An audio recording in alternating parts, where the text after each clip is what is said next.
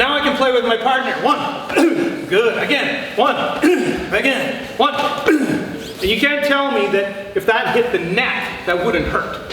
It's hurting, hitting my chest. And I weigh at least 300, right? Okay, you ready? So, attack, block, and attack your partner. Ready?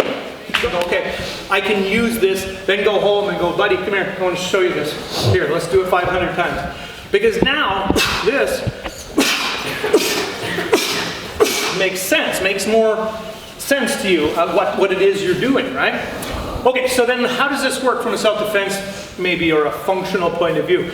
People don't generally come up and say, I want to fight you now, here I come. You know, generally. But a reach and a punch is a pretty common thing, or a push and a punch is a pretty common thing. So as I reach, there's the first wiping block. Reach, bang. Don't let that guy get a hold of your gi. That's your key. If I can get here, got it. Okay, now even though she stopped me, I got control of her gi, right? And I've got pulling power. So don't let there. Okay? So watch her do it. 1, 2. Good. 1, 2. Aim for their bicep just in the crook of their elbow, so that we can practice this without smashing each other. If you go too far up, I can still reach her. If you go on my wrist, my elbow is a hinge. Every time I get hit here, I roll to a back fist. 1, because it's a hinge. So it's got to be in the joint that stops it from doing this and stops it from getting to the face. Okay? Let's see if you can do it. Just real quick here, guys, like coming back here. If I do get that connection, back stance. There's your back stance. So I can't pull. So that's your stabilization is your back stance. Back stance defends against someone pulling, and it stabilizes. You wouldn't stay there forever, but it gives you that base. For example, we did that last year. Yeah, remember that last year? You did all the functional stance work. So there's your functional stance to go with your functional block. Awesome. Okay. Guys, throwing the punch, second punch, step, twist, turn. Okay. Osuto Gary, it's called, throw. So I'm here. 1, 2. Step. Make sense? So be gentle at the start. We'll do 5 and 1s. 5 and 1s is 5 times.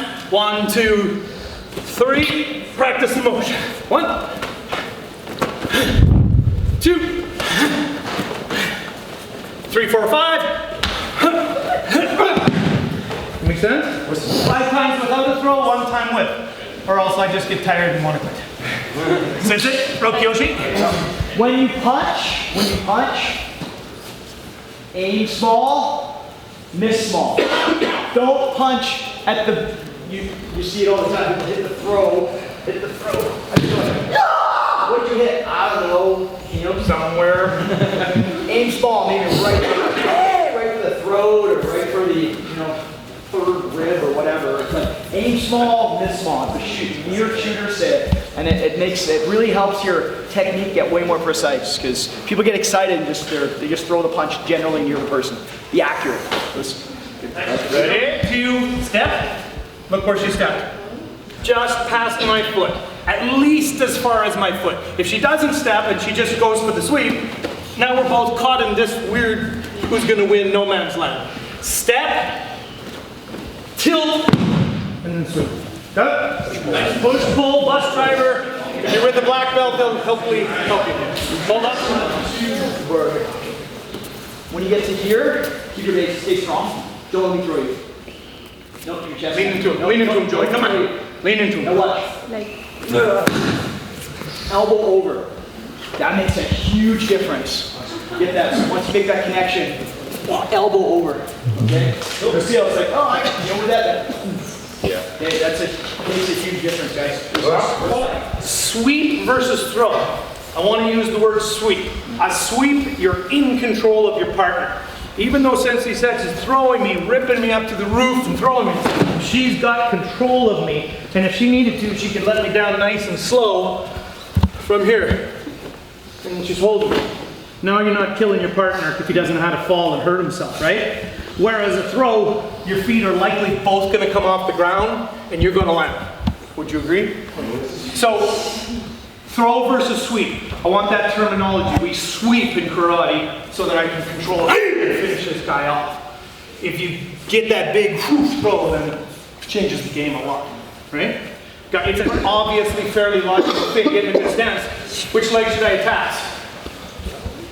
The one that's in close, right? The one that's closest to me, that's the one I'm attacking. Can you attack the back one? Sure, but it's much more difficult and you have to be good at it. So practice, practice, practice, and then in 1,000 reps, probably you'll be able to take either leg to whichever one you want.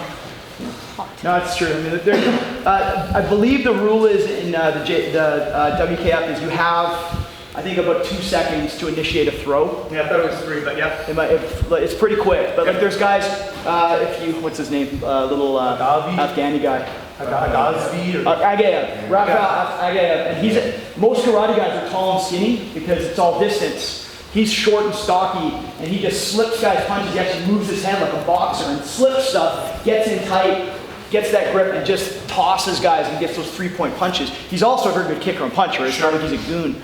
But it's really changed the way a lot of people are approaching karate. And it's good because it's realistic. I mean, if there's something MMA taught us, UFC in 1993 is guys can initiate the clinch on you. If they initiate the clinch, they can put you down. So it teaches you how to deal with that as a tactic and how to develop it as a tactic. So it's awesome. It's good for sport and it's good for self-defense too. It's just hard to build the skill. You got to learn how to break fall. It's the worst thing. Yeah, that's why I like the sweeps, because you can help your partner until they get good at break falling, right? Yeah. All right, moving on. Who knows handy?